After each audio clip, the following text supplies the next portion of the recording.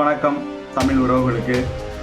இந்த காணொலி எதற்காக அப்படின்னா, விக்கிரவாண்டி இடைத்தேர்தல் அதை பற்றி தான் நம்ம பேச போகிறோம். இடைத்தேர்தலை பற்றி நம்ம என்ன விளக்கமாக சொல்ல போகிறோம், இடைத்தேர்தல் என்னத்துக்காக வருது அப்படிங்கிறதெல்லாம் அதை பற்றி பேசலை. ஸோ இந்த இடைத்தேர்தல் வந்தாலே எங்கே பார்த்தாலும் ஒரே பிரச்சனையாக இருக்கும். அதாவது ஆளுங்கட்சிக்கு எதிர்கட்சிக்கும், ஸோ அங்கே போட்டியிடுற கட்சிக்கு எல்லாத்துக்குமே பிரச்சனையாக இருக்கும். ஸோ இதை நம்ம ஒவ்வொரு இடைத்தேர்தலுமே பார்த்துருக்கோம். அது இன்னொரு விஷயம் பார்த்திங்க அப்படின்னா, இடைத்தேர்தல் வந்தாலே பார்த்திங்க அப்படின்னா நிறைய காசு பணங்கள்லாம் நிறைய புழங்கும். ஸோ வீட்டுக்கு அவ்வளோ கொடுக்குறாங்க, வீட்டுக்கு இவ்வளோ கொடுக்குறாங்க, டோக்கன் கொடுக்குறாங்க, புடவை கொடுக்குறாங்க, வேஷ்டி கொடுக்குறாங்க, சட்டை கொடுக்குறாங்கன்னு சொல்லிட்டு ஏகப்பட்ட கம்ப்ளைண்ட்ஸ்லாம் வரும். ஓகேங்களா? ஸோ இது தேர்தல் ஆணையத்துக்கு ஒவ்வொரு முறையுமே கொடுக்க வேண்டிய கம்ப்ளைண்ட் தான். ஆனால் அது தேர்தல் ஆணையம் அதை சரியாக இன்ன வரையும் கடைப்பிடிக்கிறாங்களா அப்படின்னா கண்டிப்பாக அது ஒரு கேள்விக்குறி தான். ஸோ இந்த இடத்துல நம்ம ஒரு அதிகாரியாக ஒருத்தரால் ஒரு 4 பேரால் மட்டும் தடுக்க முடியும்னா கண்டிப்பாக அது தடுக்க முடியாது.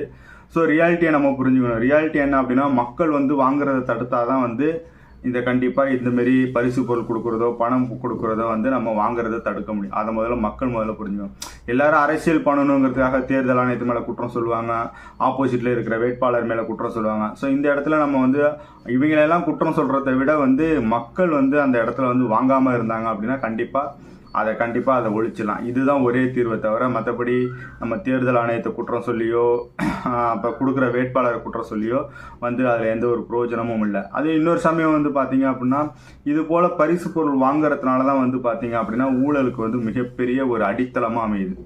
ஸோ ஒருத்தவங்க காசு கொடுக்குறாங்க அப்படின்னா கண்டிப்பாக அவங்களுக்கு அதில் கெயின் இல்லாமல் கொடுக்க மாட்டாங்க.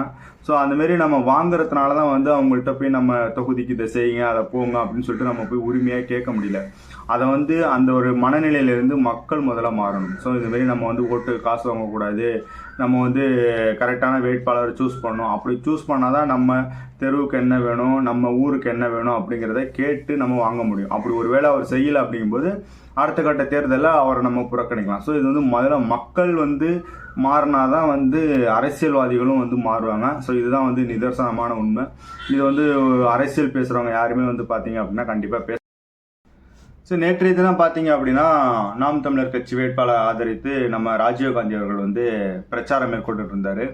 ஸோ அப்போ அந்த பிரச்சாரத்தின் போது டிஎம்கே சார்பிலும் நாம் தமிழர் கட்சியும் ஒரு மிகப்பெரிய சண்டை ஒன்று ஏற்பட்டுச்சு. அவங்க கல்லை விட்டு அடிக்கிறதும் இவங்க பேசுகிறதும் அப்படின்னு சொல்லிட்டு ஆனிச்சு. ஸோ இதை நான் எப்படி இதுக்கான சண்டை ஆரம்பிக்கிறதுக்கான காரணம் என்ன அப்படிங்கிறத நம்ம இதில் பார்க்கணும். அப்படி என்ன காரணம் அப்படின்னு பார்த்தீங்கன்னா, முதல்ல ராஜீவ்காந்தி அவர்கள் ஓட்டு கேட்டு வராரு. ஓட்டு கேட்டு வரும்போது அவர் தெருவில் எல்லாம் ஓட்டு கேட்டு மக்கள் இல்லை. அதுக்கப்புறம் பார்த்தீங்க அப்படின்னா, அந்த டிஎம்கே கட்சி அலுவலகம் இருக்கும் பார்த்தீங்களா, அங்கே கிட்டத்தட்ட ஒரு 100-150 பேர் மக்கள் இருப்பாங்க. மக்கள் அங்கே கூடியிருந்தாங்க. ஸோ அங்கே போய் என்ன பண்ணிடுவோம், இவர் ஓட்டு மட்டும் கேட்டிருந்தா அங்கே கண்டிப்பாக பிரச்சனை ஏற்படுற வாய்ப்பு கிடையாது. அங்கே போய் ஓட்டு கேட்கறது இல்லாமல் உங்களை அடக்கி வச்சுருக்காங்க, போயிருக்காங்க அப்படின்னா, ஸோ அங்கே நிற்கிற மக்கள் என்ன ஆடு மாடா சொல்லுங்கள் பார்ப்போம். ஸோ அவங்களுக்கும் கொஞ்சம் விருப்பம் இருக்கும். விருப்பத்தின் அடிப்படையில் தான் போய் கண்டிப்பாக இருப்பாங்க. காசு கொடுக்குறாங்க அப்படிங்கிறதுனாலே எல்லாருமே போய் நிற்க மாட்டாங்க. எல்லாம் விருப்பம் இருக்கும். அவங்களுக்கு கொஞ்சம் பர்சன்டேஜ் விருப்பம் இருக்கும், கொஞ்சம் பர்சன்டேஜ் காசு கொடுக்குறாங்க அப்படிங்கிற மாரி ஒரு சூழ்நிலையில் போய் நிற்பாங்க. அதுக்காக டிஎம்கேக்காக போய் நீங்கள் நிற்கக்கூடாது, எல்லாம் நாங்கள் பேசுகிறோன்னா எல்லாம் என் பேச்சு தான் கேட்கணும் அப்படின்னா இது எந்த விதத்தில் நியாயம்? நீங்கள் என்னமோ வாலண்டியராக இல்லை, நீங்கள் நாங்கள் பேச வந்துட்டோம், நீங்கள் என் பேச்சை தான் கேட்கணும். அதாவது நீங்கள் பேசுகிற பேச்சுக்கு கூட்டம் வரல, உங்கள் வேன் பின்னாடி ஆள் வரல அப்படிங்கிற அந்த விரக்தியில் பேசுகிற மாரியான ஒரு சாயலாக தான் தெரிஞ்சிச்சு. நீங்கள் போய் கொள்கையை சொல்லுங்கள், உங்களோட கோட்பாடு சொல்லுங்கள், உங்களை நம்பியும் ஒரு கூட்டம் வராங்க, அது அப்படியே இன்க்ரீஸ் ஆகும். எல்லாமே டிஎம்கேக்கு போகக்கூடாது, எல்லாமே என்கிட்ட வா அப்படின்னா அது எந்த விதத்தில் நியாயம்? ஸோ அது மிகப்பெரிய தவறாக தெரிஞ்சிச்சு. அங்கே போய் நின்றுட்டு டிஎம்கே போய் எல்லாம் திட்டுறது போகிறது வர்றது. அப்போ அவன் என்ன பண்ணுவான்? ஸோ அங்கே நிற்கிறவன் எல்லாம் என்ன ஆடு மாடா சொல்லுங்கள் பார்ப்போம். அவனுக்குன்னு கொஞ்சம் சூடு சொரணை எல்லாமே இருக்கும். அப்போ கல்லை விட்டுஞ்சு அடிக்க தானே செய்வான். இப்போ கல்லை விட்டுஞ்சு அடித்ததுக்கப்புறம் நீங்கள் என்ன சொல்கிறீங்க? ஐயோ ஆளுங்கட்சியோட அராஜகம், மினிஸ்டரோட அராஜகம் அப்படிங்கிறீங்க. ஏன் நாங்கள் இதுக்கு முன்னாடியும் இந்த இடத்துல நிறைய ஆட்சி நடந்து நம்ம பார்த்துருக்கோம். இப்போ மினிஸ்டர் ஆளுங்க அப்படிங்கும்போது எப்படி இருப்பாங்க, என்ன இருப்பாங்க அப்படின்னு நமக்கு நல்லாவே தெரியும். ஸோ ஆனால் அந்த இடத்துல பிரச்சனை நடக்காத காரணம் பார்த்தீங்க அப்படின்னா, டிஎம்கே ஆதரவாளர்கள் எல்லாருமே கொஞ்சம் சைலண்ட்டாக இருந்தாங்க.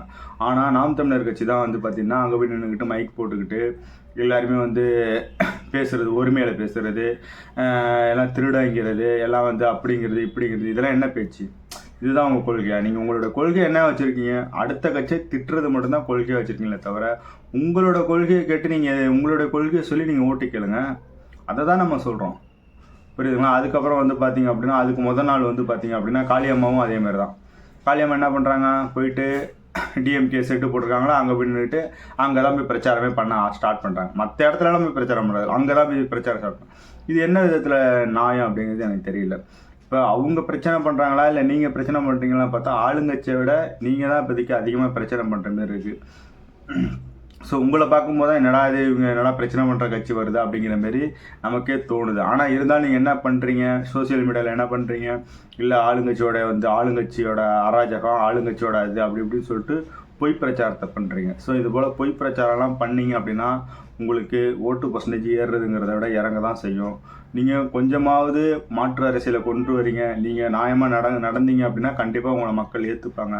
ஸோ அதேமாரி நீங்கள் இன்னொரு கட்சிக்கு போகிறவங்கள வந்து கண்டிப்பாக நீங்கள் போகக்கூடாது அப்படின்னு சொல்லிட்டு பக்கத்து வீட்டுக்காரங்கிட்ட சண்டைக்கு போகிற மாரி சண்டைக்கு போனீங்க அப்படின்னா இதுமாரி கல் எறிஞ்சு விட்டு எரிஞ்சு அடிக்கிறதும் இது போல் சண்டைகள் தான் ஏற்படுமே தவிர கலவரம் தான் ஏற்படுமே தவிர நாம் தமிழர் கட்சி வெற்றி பெற முடியாதுங்கிறது என்னுடைய கருத்து. நன்றி.